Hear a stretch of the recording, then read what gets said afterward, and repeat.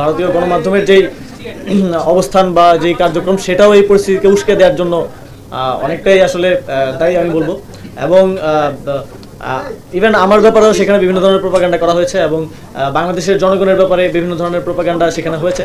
তো সেটাকে অ্যাড্রেস করার জন্য অন্তর্বর্তী সরকার বিভিন্ন আন্তর্জাতিক যেই মিডিয়া আছে তাদের সাথে কথা বলছে। এবং আপনারা দেখেছেন যে আমাদের বাংলাদেশের যেই সংবাদ মাধ্যম আছে তারাও বিষয়টাকে অ্যাড্রেস করেছে এবং যেই গুজবগুলো ছড়ানো হচ্ছিল সেগুলোকে ডিবাং করেছে বাংলাদেশের মিডিয়াগুলো আমরা দেখেছি। এবং ইন্টারন্যাশনাল মিডিয়া তো অনেক জায়গায় আমি রিপোর্ট দেখেছি যে Indian media propaganda against Bangladesh নিয়ে তারা রিপোর্ট করেছে।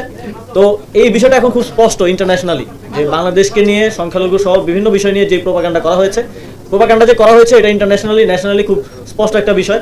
এবং এটা নিয়ে এখন আমি ভারতীয় কয়েকটা গণমাধ্যমেও এই পরিবর্তনটা দেখতে পেয়েছি যে তারাও এটাকে অ্যাড্রেস করছে যে প্রোপাগান্ডা হয়েছে। তো প্রথম তো এই অ্যাড্রেস করাটা গুরুত্বপূর্ণ ছিল। এটা হওয়ার ফলে পরবর্তীতে যখন আমরা কোনো কিছু দেখে বিবেচনা করব বা আন্তর্জাতিক সম্প্রদায়গুলো বিবেচনা করবে কোনো মিডিয়া নিউজ দেখে, তখন তারা আসলে সঠিকভাবে বিবেচনা করতে পারবে যে আসলে ক্রিটিক্যালি বিবেচনা করতে পারবে যে এটা কি ফ্যাক্ট কিনা। তো এটা মনে হয় যে একটা গুড ডেভেলপমেন্ট এবার হয়েছে। তো পরবর্তীতে এর সুফলটা আমরা পাবো আশা করি।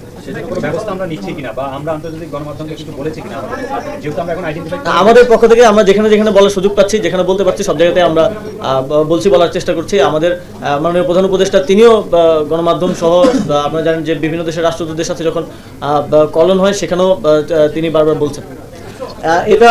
এটা বারবারই প্রথম থেকে আমরা বলে আসছি। এবং পররাষ্ট্র সচিব যখন বাংলাদেশে এসেছেন তখনও বাংলাদেশের পক্ষ থেকে এটা বলা হয়েছে যে একজন গণহত্যাকারী ফ্যাসিস্ট যার আসলে এই মুহূর্তে বিচার হওয়ার কথা, যার এখন কারান্তরীণ থাকার কথা, তিনি ভারতে অবস্থান করছেন এবং সেখান থেকে বিভিন্ন কর্মসূচি, বিভিন্ন বক্তব্য, বিদ্বেষমূলক বক্তব্য তিনি দিয়ে যাচ্ছেন।